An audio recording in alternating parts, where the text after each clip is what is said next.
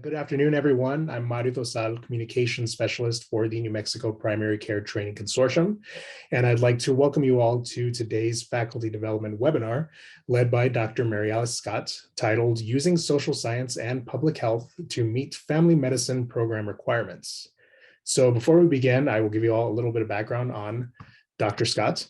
Dr. Scott is an associate professor of anthropology and graduate faculty in the Integrated Behavioral Health Program at New Mexico State University. She is also Associate Program Director and Social Science Research Faculty at the Southern New Mexico Family Medicine Residency Program. She received her BA in Women's Studies from Duke University and her MA and PhD in Anthropology from the University of Kentucky. Her research program is part of an academic community collaboration with a team of NMSU students, faculty, and the residency program. The program includes explorations of the culture of medicine and medical education, as well as development of curricula and tools to improve training in health equity and healthcare professions. There we go. The team's current project is a mixed methods evaluation of a social determinants of health screening tool used in a primary care clinic in the US-Mexico border region. Her research has been funded by the National Science Foundation, Fulbright, National Cancer Institute, the NMSU College of Arts and Sciences, the Southwest and Border Cultures Institute, and the Loomis Foundation. Her work has also been published in a wide array of journals, including Collaborative Anthropologies, the Journal of Interprofessional Care, and Qualitative Health Research. And with that said, Dr. Scott, the floor is yours. All right, thank you so much. And thanks to you all for being here today. So I'm going to go ahead and share my screen if I can. All right. Okay, so what I want to really talk with you all about today is how you can use social science and public health resources to meet the new family medicine program requirements that are currently going to be implemented in July. Okay, so first of all, like I said, there are new program requirements coming. These are very different in a lot of ways from the program requirements that we have had in the past, and they require some really different ways of thinking about how we do residency education. So I'm going to just talk with you just briefly about what some of those look like. So first of all, it's in the definition of what a family physician is, to be an advocate for our communities. They're using the language of public health and policy advocacy in these new requirements. And so this is going to be something that family physicians are going to be expected to demonstrate upon graduation from residency programs. There also are requirements to have community advisory boards who are informing the direction of the residency program and informing the work that the residency program does, especially in the outpatient clinic setting, but really across the residency program. This is going to be new for a lot of programs. There are requirements for residents to be able to understand and act on policy level issues that affect the health of community members. There's also specific requirements that look at racial equity and racial health disparities in particular, and understanding structural racism and how that impacts and influences the work that physicians do in healthcare. There's specific policy requirements in terms of thinking about being able to analyze how policies will impact the population health management within the clinical setting. And so being able to make those connections between what's happening at a federal level and what's happening in the clinic is going to be required within residency programs. Engagement with community. There are very specific program requirements that are much more extensive than in the past that are looking at how residency programs are engaged longitudinally with the local communities and responding specifically to the health needs in the community surrounding the residency program, or that the residency program is a part of. There are interprofessional new interprofessional requirements that require not just behavioral health, which has long been a part of the residency program requirements, but a bigger interprofessional team that includes a range of different healthcare professionals. And then finally, there are quite a lot of new language about how we can use data from population health data that comes from our clinical settings to make changes to residency programs. And residents will be required to understand how to collect, analyze, and use that data to make changes that improve population health. Okay, so that's a lot.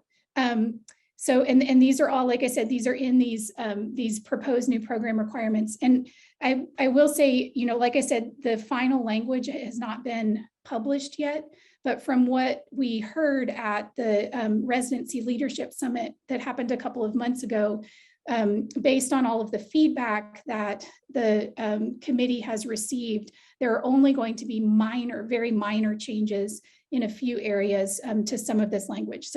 So I think we can expect all of this will be in the program requirements coming up. So we have some work to do, right, in terms of making sure that we're able to meet those requirements in all of our residency programs. Okay, so I'm going to want to try to do a little bit of interaction.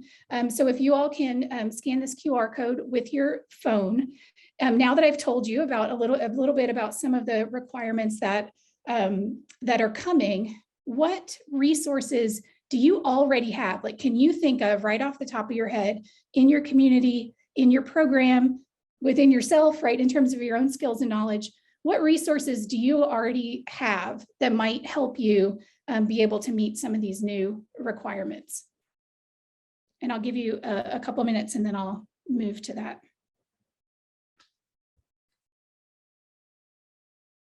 Okay, well, it's a small group. So how about people just either put some things in the chat or call out what resources do you already know about, do you already have that might help you meet some of these program requirements?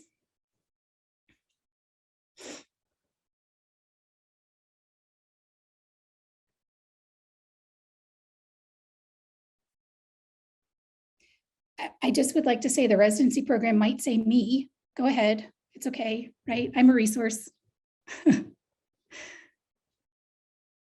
Any resources you have.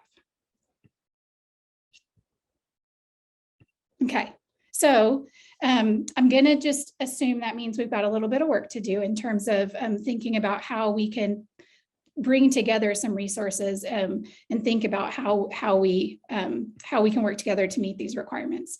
Yeah, okay. Thanks, Dr. Lamartine. So interdisciplinary teams with CHW peer support. Yeah, that's huge. I mean, and CHWs in particular, right, are going to be a huge resource for meeting a lot of these new program requirements. So I think really thinking about how we can draw on the expertise and support the work of CHWs in our programs is really important.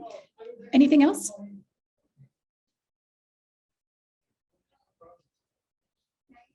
Okay.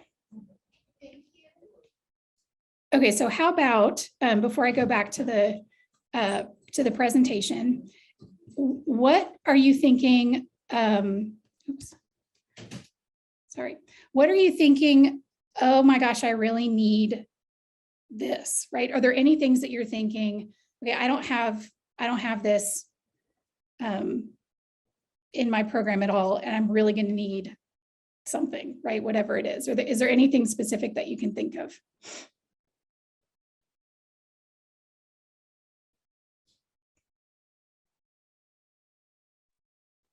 I know we don't have a great way to look at public health data and then act on that at a clinic level. Yeah, I think that's a big thing that I think a lot of people are going to be with. That it's going to be something we need to really think about, is that how that data, how do we access that data and really be able to use it effectively? And Gabriela said interpreters for sure, right? I mean, I think when you think about serving, meeting the needs of your community, right? Part of that is being able to speak with your community, right? In the language and the ways that people you know, that people are comfortable with and can really have a voice. So absolutely. Yeah. So we need to figure out public health data, interpreters, anything else that you all are thinking about.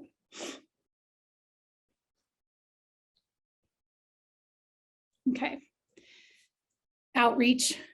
Yeah, you know, and I think that's a really important piece. I think one of the things that, and I'm going to give you some examples of some of the work that we've been doing in our residency here in Las Cruces, but I think one of the things that that these program requirements, what they really do is very much encourage programs to be outward facing, right? To say, to rather than saying, okay, what do I need for my residency, right? But how is my residency a part of the community, and how can the work that we do in the residency support our larger community and address the population health needs in our community? So great. All right, I'm gonna go ahead and share my screen again. Okay, so I want to just tell you, you know, I'm a social scientist, and you know what I want to do, not that social scientists are the only people who can obviously provide support and resources for addressing these new program requirements, but I do think it's a resource that maybe not everybody thinks about all the time, especially in the context of medicine. And so I want to you know, offer some of the ways that social scientists and public health professionals can really support your work as a residency program. So the first thing I just want to briefly mention is that we can provide you with some theoretical frameworks. And I know that seems like maybe, what do we need theoretical frameworks for? The program requirements they use the words structural racism, right? They use the words health equity. They use the words population health, right? Those are all ideas, right? About how the world works, right? And how the world is structured, and how disparities in health outcomes happen. And if we're going to address those issues, we really need to understand those ideas. And so social scientists, that's kind of, you know, that's a lot of what we do, right? We develop and study and work on these theoretical frameworks. And so we can help sort of think about how we build that into the curriculum, and how we connect that to what you do in your residency programs to address some of those health disparities and health equity issues that you see in your communities. The second thing, which Dr. Lamartine brought up, which I think is important, social scientists, we work with data all the time, right? Qualitative data, quantitative data. We are trained to design and conduct studies that, you know, either collect data or do secondary analysis of data. So we can be really supportive in terms of helping you think about what data you need, and how you might use that data to improve your health outcomes in your population for your residency program. And like I said, it's all kinds of data, right? We often tend to think about numbers, but social scientists are really quite flexible in terms of the types of data that we can use, the ways that we can use to collect that data or to gather that data. And so I think what's important about that is that, you know, we know that residency programs are, the focus is not to design, you know, major multi-year funded research studies.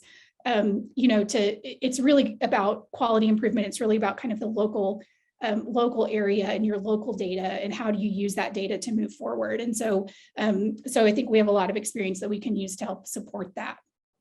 And also for a lot of social scientists and public health professionals, many of us do community-based work. That's a really strong tradition within social science, particularly social scientists who are working on health issues, and clearly, obviously, for public health professionals, right? It's public health, and so a lot of times we may have a lot of community connections that you might not necessarily think about. Maybe they're not directly related to health. Maybe they're very small organizations that, you know, we've just learned about through years and years of doing community-based work. And so in addition to, I think community health workers are an incredible resource for community connections. Social scientists and public health professionals who are actively doing community-based work can also help to think about and develop those community connections. The other thing related to community connections is that many social scientists who do the kind of community-based or applied work are specifically trained in developing and working with community advisory boards. So a lot of times in the research that, like when I get research funded through the National Institutes of Health, one of the requirements of getting that funding is that I have a community advisory board that is advising on that specific research project. So a lot of us have experience in thinking about how you design those and develop those and then work with community advisory boards over the long term. And I kind of already mentioned, in terms of data, but we also do a lot of research design, right? So if you're thinking about what do we do with this data, how do we create a systematic effort to address poor health outcomes in our community, we can really provide a lot of support in terms of helping do that. And then the last thing I just want to mention before I give some examples of what we're doing in our residency program is that many social scientists and public health professionals have quite a bit of experience in doing what we call public science and advocacy. And so, one of the moves within social science in public health is to connect with policymakers, and so that our research doesn't just stay within the academic institution and sort of collect dust or build a resume or a CV for somebody, but it actually has an impact on policy making. So one example that I can give you is that there's a network called the Scholars Strategy Network that many social scientists and public health professionals are a part of. And the sole purpose of that organization is to teach researchers how to translate their research into language that is useful for policymakers and that can inform the policies that we're making. And so several years ago, I, with a group of people at NMSU and UNM, put together some research from a number of us had done research looking at the transition, the Medicaid transition with the Patient Protection, the Affordable Care Act. Right. And we were looking at the transition and what was happening with small federally qualified health centers in terms of how they were able to make that transition. And so some of that work that we did, we were able to inform the way that policymakers kind of rolled out some really specific regulations that would be supportive of these really small clinics to be able to actually meet the requirements that they needed to be able to maintain their funding. So that's the kind of work, that's what I mean when I'm talking about public science and advocacy as well. So a lot of us have some training in doing that.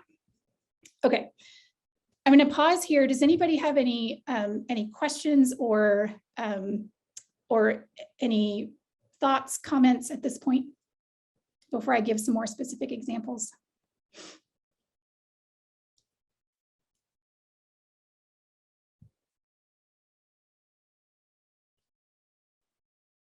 Nope. All right, I'll keep going. Okay, so like I said, social scientists have training and expertise that can help you meet the new requirements. So I will encourage you, to use us. I'll just to kind of give you a little bit more detail about the kinds of work that I have done, and I don't think I'm unique. Like I think I'm actually very typical for kind of applied and public medical anthropologists. So I think this is pretty typical. So right now, as Mario mentioned at the beginning, we have a study that's funded by the National Institutes of Health that is looking at how to use social needs or social determinants of health screening tools within primary care clinic settings in a way that actually leads to better health outcomes for populations who are experiencing social needs, right? So this is an ongoing study. We're in year 4 right now of that study. I work with students, I've worked with residents, I've worked with faculty, I've worked with a lot of different people on this study. We are this summer publishing some results of that study, which is really exciting. This was a mixed method study, so we had quantitative and qualitative data. We did get data from the medical record, so that it is possible to do that. And then also we're able to do some qualitative interviews and work as well that became part of our data set for this study. I also have done, if you look at, the bottom left picture, that's a sugarcane on the back of a truck. This was my first major research project that I did, was actually in the southern part of the state of Veracruz in Mexico, where I did long-term, what we call ethnographic research. So I lived in a small rural community in southern Veracruz, and was looking at women's experiences of navigating healthcare systems in rural communities in southern Mexico. So that kind of work where you're sort of immersed in a place and can really get a sense of and long-term engagement in a place is something that a lot of social scientists do. And then the bottom right is some advocacy work that I do with an organization called Juntas Vamos that is a health justice organization in Ciudad Juarez. And I don't do research with this organization. I serve on the advisory board, and we work together just in community, supporting each other in the health justice work that we're doing in the border region. And so this is also very common for a lot of social scientists to be engaged in this kind of advocacy work as well. And then the top right is the work that I do in the residency, which I'm going to talk about a lot more. So I'm saying that all to just give you a sense that social scientists and public health professionals often have a really wide range of experiences that can be really supportive and helpful in terms of being creative and innovative and thinking about how we might meet these new program requirements. Okay. So I want to give you some, hopefully this will give you some ideas maybe for what you might do if you're in a different residency program than Las Cruces. But I'd also, if it sparks ideas about what you might do, it'd be great to kind of be able to have a little bit of a discussion about what we might do moving forward, how we might engage and work on some of these new requirements. So one of the things that we've done in our residency program in Las Cruces is to use social scientists, not just me, also Ivan de la Rosa, who is a sociologist and social worker. We also have our interprofessional team. So we have Dominique Boland in behavioral health, who also supports the work that we do. So we have a structured social medicine curriculum that we've developed in our program that actually it does meet a lot of the educational requirements that are in these new program requirements. So we have 4 rotations that are spread out across the 3 years. The first rotation is in year 1. It's the population health rotation. And in that rotation, residents learn about what population health is, using some modules from the IHI, the Institute for Healthcare Improvement.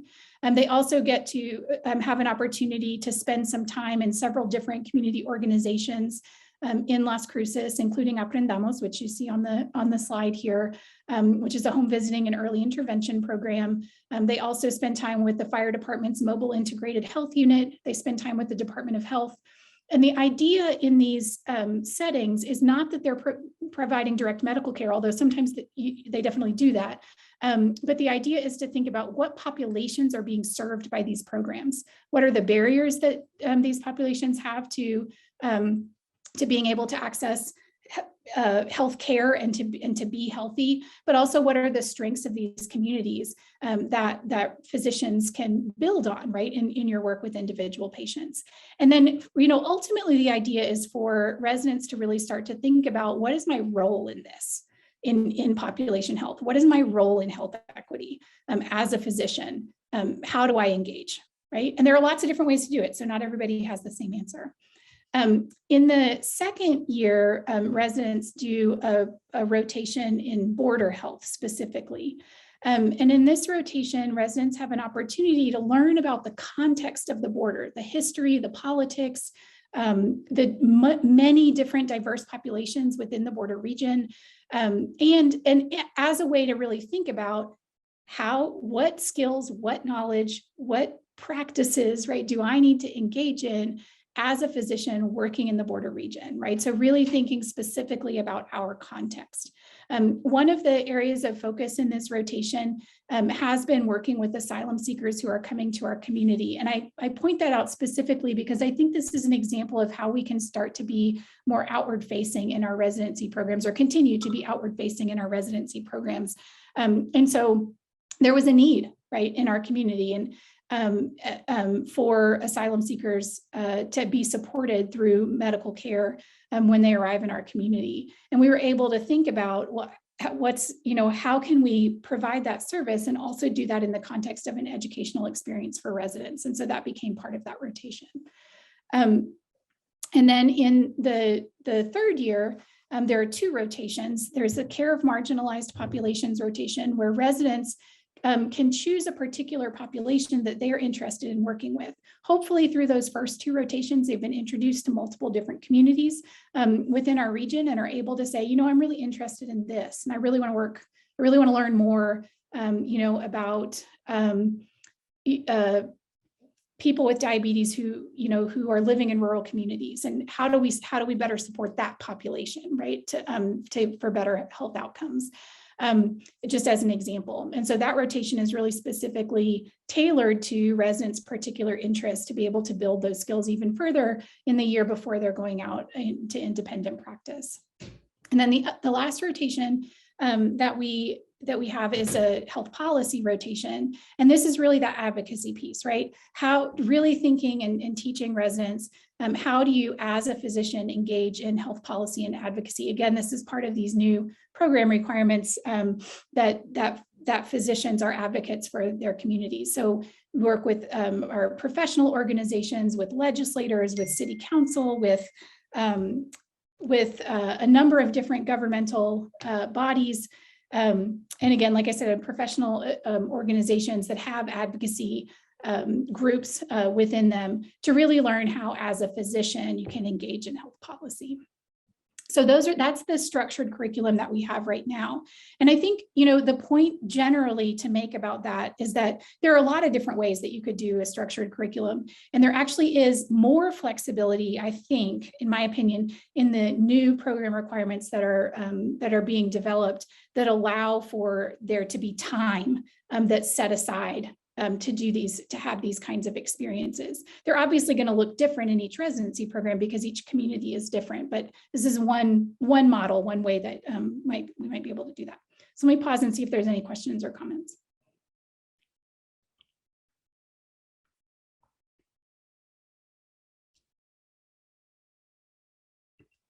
Okay.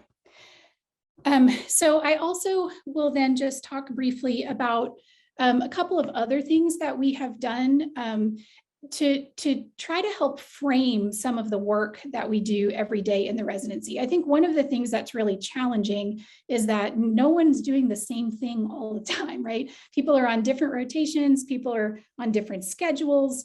Sometimes you're completely away, at an away rotation.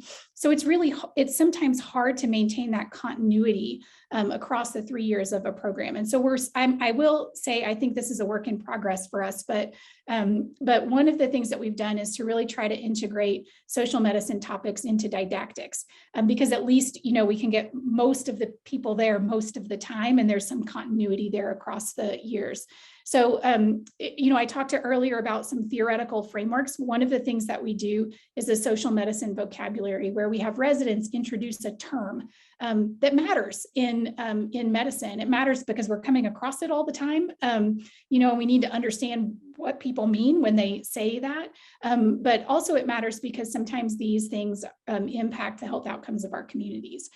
So I just have up there just a few examples of some of our vocabulary. So structural racism, population health, sexism, meritocracy. These are words that come up, right? And so if we don't share a language or share a vocabulary, it's hard to have conversations about them. So that's one of the things that we do. And then we have kind of hour-long sessions where we can dig further in. The social medicine vocabulary is supposed to be 5 minutes or less, right? Very quick, just introducing a concept or an idea. With our social medicine hour, we dig more deeply, right? We start to try to think about how can physicians engage in population health? Why does structural racism matter for physicians? Why should anyone care about that word? How does it impact what physicians do day to day? How can we move away from race-based algorithms, which you all may have heard quite a bit about? There have been a number of hospital systems and medical schools and residency programs that have really pushed for moving away from race-based algorithms in clinical care. And so what we're trying to do is connect some of these, what can seem like really abstract ideas directly to day, what happens in the clinic, what happens in the hospital, how do I take care of patients, and how does understanding some of these things change the way that I might do the work that I do, right? Okay. The other thing to just mention is that, or talk briefly about, is we've tried to refocus our resident scholarly activity to be community facing. The new program requirements are still requiring 2 scholarly activities for residents. And so what we have really decided to do is focus on quality improvement. And not necessarily individual research projects. Part of the reason for that is that we, all of us have limited capacity, right? And so we're trying to, maximize our resources in the best way that we can.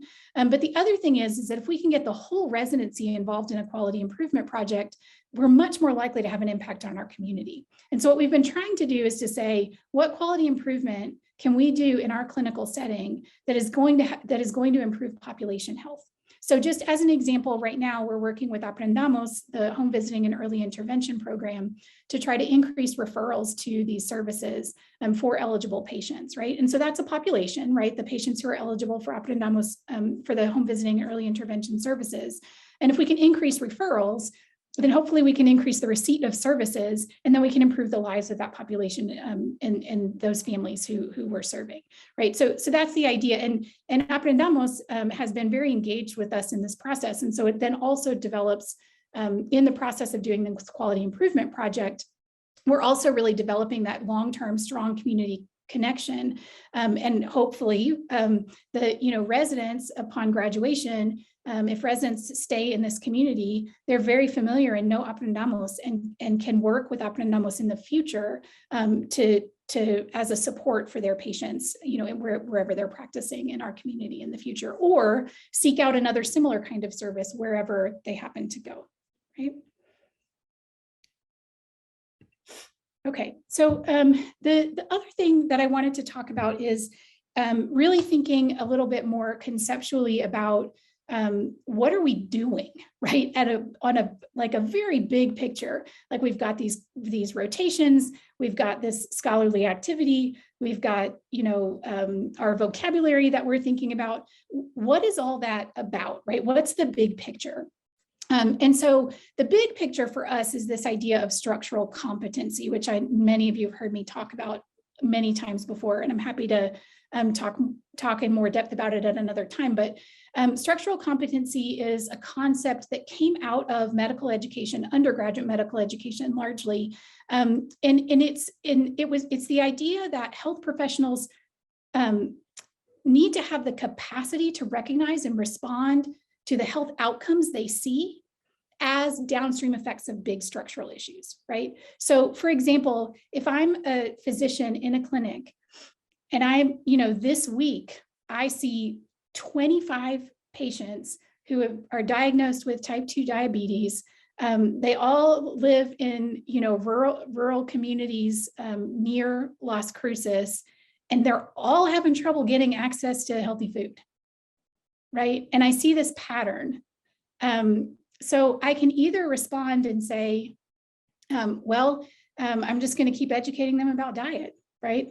I'm just one by one, I'm just going to educate all these patients about the diet that they should be eating because they're not eating it, right? And that this is not helping their diabetes, right? Or you can say as a physician, something's happening here. This is a pattern that I'm seeing across all of my patients.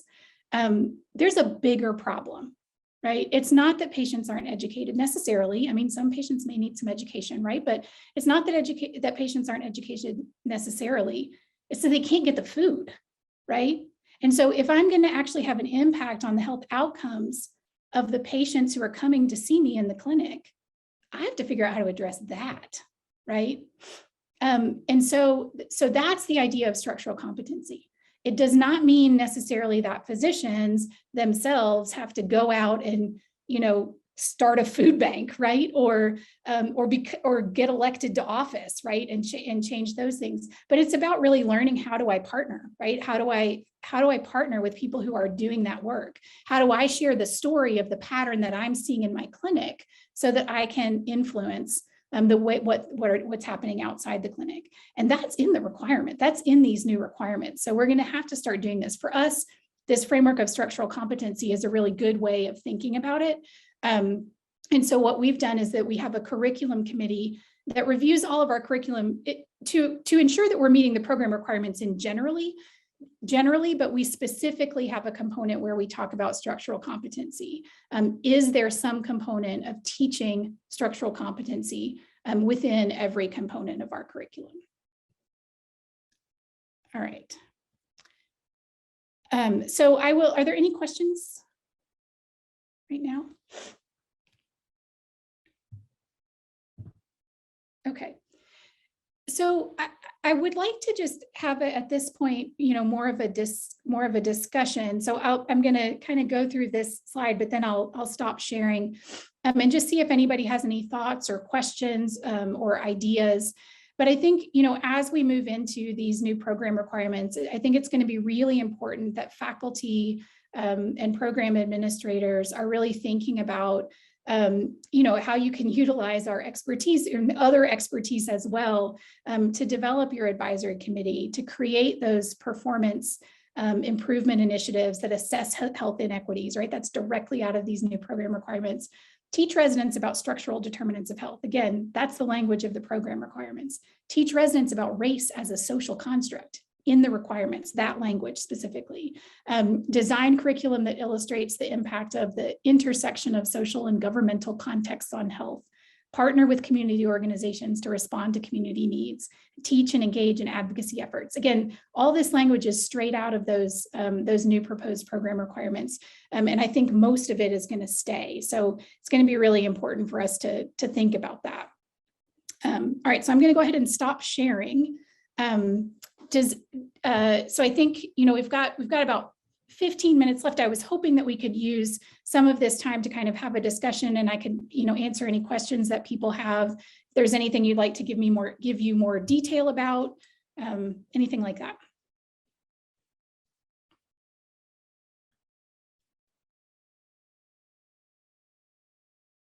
Do you have specific criteria that you use when you're looking at curriculum? Like, do you have a rubric that you use? We do, yeah. And I'm happy to share that, yeah. I don't know if I can share it right now. I might not be able to find it right at the moment, but I'm happy to share that with you. That'd be great, thank you. Yep.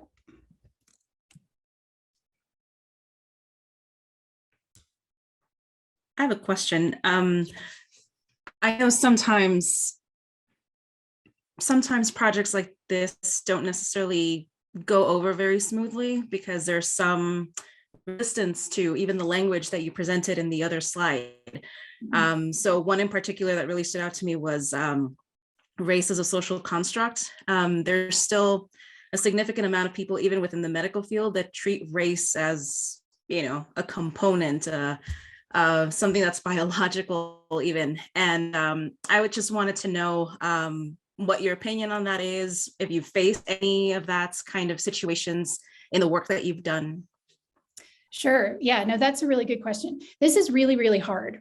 So in anthropology, day one of anthropology, I learned race is social, not biological, right? So that's been ingrained in me since, from day one in anthropology. And I, through years and years of training, think I understand that really, really well, like thinking about it from a genetic perspective, thinking about it from a cultural perspective, from, social context. Historical perspective, right? Because we get trained in doing that, but not everyone is, right? And so I think one of the challenges is to be able to communicate really complex arguments, right, for why that is the case, right? That it's social, not biological. When the training that other people have had, exactly like you said, has been the opposite, right? And so I would say for me, within the residency program, I don't think, there's, resistance to it. I think sometimes there's questions like, okay, wait, how does this work? How do we understand this? What is the genetic data actually telling us, right? But I think in larger audiences, yeah, for sure, there's resistance to it. And I'm going to be honest, I think you just keep providing the data. That's all I can, that's the only thing I know how to do, is just to continue to provide the data, continue to really think about what are the most effective ways to communicate that what the data means, right? But yes, it's challenging, and there is resistance. And I think these new program requirements are pushing into that resistance. And I think we're gonna be dealing with it as we develop our curriculum in this area. I don't know if that wasn't really a clear answer to your question, but yes, yes, it's a continuous, continuous process, I think, of navigating how to have those conversations. Yeah, thank you. I appreciate that. And yes, it did. I mean, I think it's one of those experiences. I'm a health communication person, so I often, talk to people that are very resistant about certain things that we bring to the table. Especially as social scientists, there's kind of that divide between MD and PhD, and sometimes it's a bit of a clash. So hearing about, this is something tangible that we could potentially bring to the table as educators, as people that are involved in public health, population health, is important for us to realize that there are some elements we can present that can make this conversation flow a little easier, maybe not completely flawless, but still nonetheless bring it to the table to engage in that kind of conversation for the benefit of a population or a community. Right. And, the other thing I would say that that I'm thinking about it just is also to remember that we have a common goal, right? So like everyone who I'm working with in the residency program wants the best for their patients, right? They want to see people have positive health outcomes. No one wants to see people have poor health outcomes. And I think I think that's another way to really kind of think about how we navigate those sometimes really difficult conversations, is to remember that we're in this together, right? And so I don't have a different goal from other people, from people I'm talking with when I'm explaining, that race is a social construct, and it's not biological, and we really need to think about what the consequences of that, misunderstanding what race is, what the consequences of that are for health outcomes. And I think if we can kind of remind each other that we all have that same goal, right? None of us are out to try to increase health inequities. That's not the work we're doing, right? So I think that's helpful too, is just to kind of take a step back and remember that's why that's why all of us are doing the work that we're doing. Thank you so much. Sure.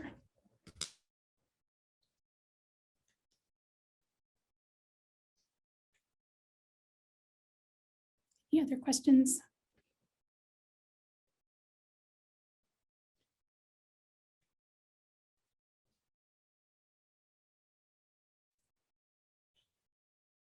Okay. So I think, someone else might be getting on right now. So what I would like to just, offer to people, I mean, obviously I love doing the work that I do. And I think, having had the opportunity to go through those proposed program requirements it does make me feel like, yeah, social scientists and public health professionals, we have a lot to contribute. And I think a lot of us want to. And so I think it'll be useful for us to continue to think about what this collaboration might look like, the different kinds of expertise that we bring to the table. I mean, I think something I didn't talk about specifically is health communication, but that is clearly, right, very central to some of these new program requirements, particularly related to thinking about community advisory boards and thinking about, advocacy and speaking with policymakers and, many different ways that's involved. So I think it's worth thinking further about that and about how we can collaborate there. Dr. Scott, I have a question. So Sure. how would you initiate this collaboration? Like, would the social scientists reach out to the family medicine program, or would the program reach out to the social scientist?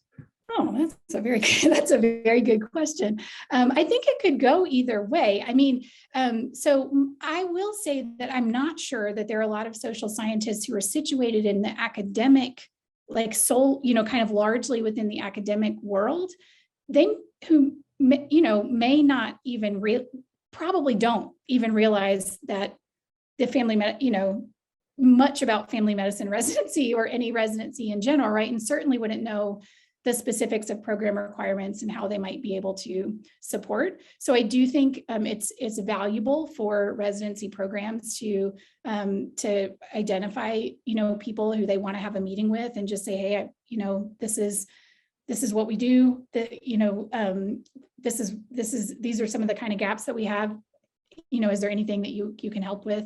But I also think it would be a good idea for those of us who are maybe connected to universities or who are social scientists, public health professionals, to also be talking about it and say, hey, there's an opportunity for us to collaborate here and encourage people, within social science and public health to be reaching out as well. So I think it can go both ways. But I think part of the issue or problem that we have is we just don't know about each other, right? And so I think, we can work on both sides to kind of teach each other a little bit about what we do and how we can work together. Thank you. Sure.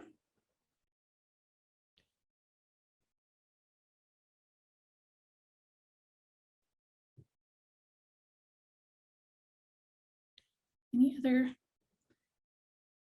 questions?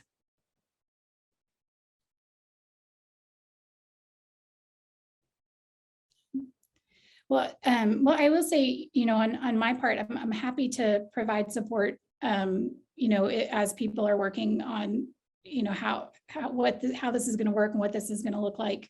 As I presented, we have done some work here. I think we've learned some lessons that we are happy to share with other people. We've developed some tools and some curriculum that I think, could be useful for other people.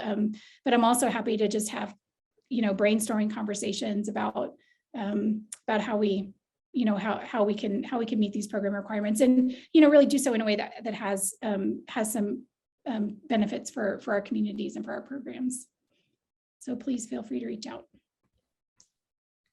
I just wanted to say really quick to add to Dr. Scott's presentation, as a resident going through this curriculum and seeing it grow since our first year. Now I'm a third year going on to fellowship next year. It's been really awesome to see this community building, community engagement. And even though I'm not staying in town, it's still useful to me as a resident, as a future physician, well, as a current physician.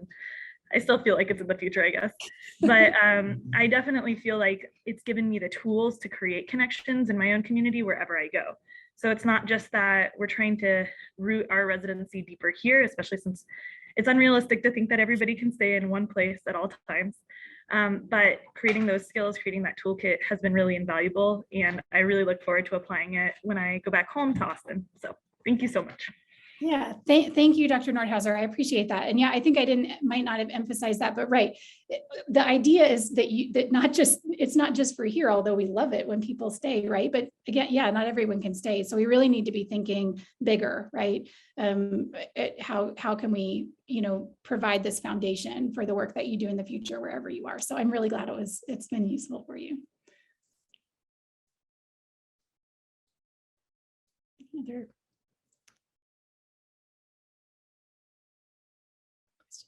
All right.